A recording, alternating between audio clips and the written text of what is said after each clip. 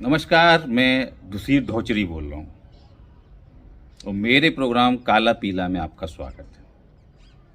और काला पीला में मैं कैसे जनहित के मुद्दों की लीपापोती करता हूँ और जनता को ही दोषी बता देता हूँ, ये आप अच्छी तरह जानते हैं। तो ऐसे ही आज मैं आपको बताऊँगा कि उत्तर प्रदेश में जो पुलिस भर्ती परीक्षा निरस्त हुई है उसके क्या फ़ायदे हैं। उसके ये फ़ायदे हैं कि 6 महीने अभ्यर्थियों को और मिल गए। 6 महीने में वो और अच्छी तैयारी कर सकते हैं। अभी यदि वो सफल नहीं हो रहे थे तो अब वो सफल होने लायक तैयारी और व्यवस्था दोनों कर सकते हैं। इसके बहुत सारे फ़ायदे हैं जो मैं गिना सकता हूँ। तो नमस्कार, ऐसी कुछ खबरें भी आप सुन सकते हैं क्योंकि लोकतंत्र है। लोकतंत्र में सबको सब तरीके से बात रखने का हक है। तो एक भाई साहब हैं, वो इसी तरीके से कुछ अपनी बात रखते हैं। उन्होंने जो है बेरोज़गारी में भी कहीं ना कहीं फ़ायदे गिना दिए थे और बेरोज़गार युवाओं का ही दोष बता दिया था। और वो मुझे याद आया, इसलिए मैंने शुरुआत इस तरीके से की क्योंकि अभी आप देख रहे हैं कि उत्तर प्रदेश में पहले पुलिस भर्ती परीक्षा का पेपर लीक होता है और पेपर लीक के बाद में कल मुख्यमंत्री योगी आदित्यनाथ ने ट्वीट किया और जानकारी दी कि ये जो परीक्षा है उसे निरस्त किया गया है और 6 महीने के बाद में फिर से परीक्षा होगी।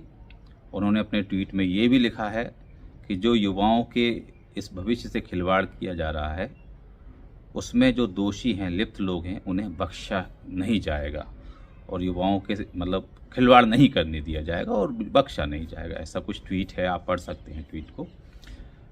अब मुद्दा ये है कि भाई खिलवाड़ तो हो गया और दोषी तो इस देश में जितने भी मामले होते हैं उसमें जांच होती है और जांच के बाद में वही ढाक के 3 पात सबके सब दोषी बच निकलते हैं। ऐसा कई सारे मामलों में हुआ है। अभी हाल ही के जो पटवारी भर्ती परीक्षा मध्य प्रदेश की हुई उसमें भी यही हुआ। बहुत सख्ती दिखाई सरकार ने। जो पीड़ित युवा थे उनको लगा कि उनको न्याय मिलने वाला है, लेकिन न्याय मिलने की बजाय जब जांच रिपोर्ट सामने आती है तो पूरी तरह से क्लीन चिट दे दी जाती है, रिजल्ट यथावत रखा जाता है। मतलब जो इतना लंबा संघर्ष चला युवाओं का, उसका सत्यानाश हो गया। कितनी हताशा और निराशा लगती है आप समझ सकते हैं। आप भी कभी युवा रहे होंगे। कितने मजबूरी में आप किसी परीक्षा की तैयारी करने के लिए अपने अपने गांव छोड़ के आजू बाजू के शहर तक पहुंचते होंगे या कुछ दूर बड़े शहरों तक भी पहुंचते होंगे। अपनी आर्थिक स्थिति मजबूत न होते हुए भी कई माता पिता अपने बच्चों को पढ़ने के लिए दूर भेजते हैं, लेकिन उनके पास व्यवस्थाएं उतनी होती हैं। मैं आपको बता दूं, जिसे आप कह रहे हैं ना कि 6 महीने बाद फिर से परीक्षा होगी। उस पिता से पूछिए जिसने अपने बच्चे को बड़ी मुश्किल से इस 1 साल के लिए आर्थिक संसाधन जुटाकर उसको पढ़ने के लिए शहर भेजा था।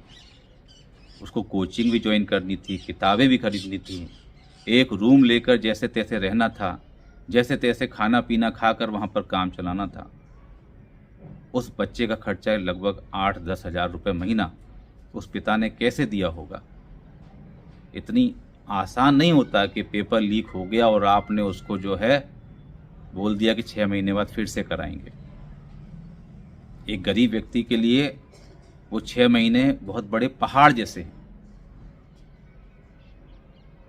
क्या कोई ऐसी व्यवस्था नहीं बन सकती कि हमारे देश में परीक्षाएं बिल्कुल व्यवस्थित हो सकें, निष्पक्ष हो सकें? जो मेहनती छात्र हैं उनके हक को कोई और न मार पाए। जैसे मध्य प्रदेश में व्यापम कांड हुआ, योग्य छात्रों के हक को कुछ पैसे वाले चोर चुरा ले गए। ऐसा ही कई एग्ज़ाम में होता है, कई परीक्षाओं में होता है। राजस्थान में भी हुआ था। यहाँ बात किसी सरकार के विरुद्ध नहीं है। सरकार आप जानते हैं राजस्थान में किसकी थी, यूपी में किसकी है, मध्य प्रदेश में किसकी थी। कहीं पे कोई भी सरकारें हों, लेकिन ये हमारे सिस्टम में परीक्षाओं को खेल क्यों समझा जा रहा है? युवाओं के भविष्य के साथ खिलवाड़ क्यों किया जा रहा है? फिर ये नेता लोग बड़े बड़े दावे करते हैं कि युवाओं के भविष्य के संग खिलवाड़ नहीं होने दिया जाएगा। खिलवाड़ तो हो चुका है जनाब, भविष्य बर्बाद हो गया। व्यापम कांड के पीड़ित आज न जाने कहाँ कहाँ ठेला लगा रहे हैं। योग्य थे लेकिन उनकी योग्यता को आपके ये जो परीक्षा माफिया है वो खा गए, क्योंकि उनके ऊपर ऊपर माननीयों का हाथ रहता है। पटवारी परीक्षा सामने है, पूछिए उन बच्चों से जिन्होंने मेहनत करी और पूरी मेहनत करने के बाद भी वो कहीं आज लिस्ट में, सूची में नहीं थे, क्योंकि जो लाखों रुपए के आरोप लगे, आपने देखा होगा आरोप, शायद उनके पास उतना पैसा नहीं हो। 50,000 लाख रुपए जैसे तैसे जुटा के, घर गिरवी रख के, जमीन गिरवी रख के एक ग्रामीण परिवेश का पिता अपने बच्चे को पढ़ने के लिए भेजता है। उसकी मजबूरी समझिए आप। परीक्षा द्वारा करा देना कोई न्याय नहीं है।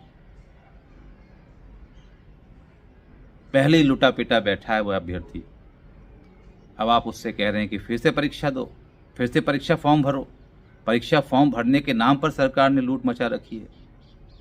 करोड़ों रुपए का तो आप ऐसे ही जुटा लेते हैं परीक्षा फॉर्म भरा भरा के। कब तक चलेगा ये? कहीं ये पेपर लीक, वहीं वो पेपर लीक, कहीं वो पेपर लीक। पेपर लीक करने वालों पर सख्त सजा क्यों नहीं है? ये जांच में बच कैसे निकलते? मेरा निवेदन है हर प्रदेश की सरकार से, केंद्र सरकार से, ये युवाओं के भविष्य के संग खिलवाड़ न होने दें। उस युवा का ही नहीं, उस युवा के साथ साथ उसके पूरे परिवार का भविष्य बर्बाद हो जाता है।